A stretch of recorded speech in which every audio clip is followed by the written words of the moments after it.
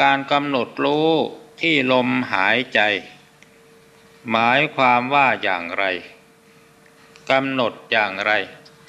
การกำหนดรู้ลงที่ลมหายใจหมายถึงการกำหนดลงตรงที่ลมสัมผัสที่ปลายจมูกที่ผ่านออกผ่านเข้าให้ทำความรู้สึกไว้ที่ตรงนี้ในเบื้องต้นก่อนเมื่อกำหนดอยู่ที่ตรงนี้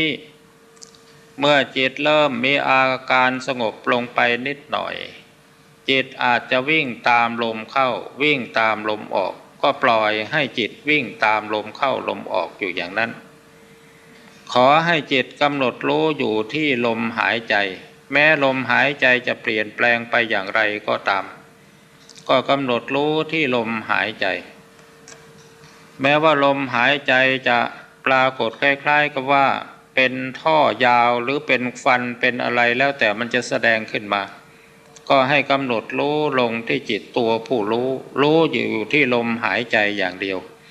แล้วจิตจะค่อยสงบละเอียดลงไปทีละน้อยละน้อยจนกระทั่งลมหายใจหายขาดไป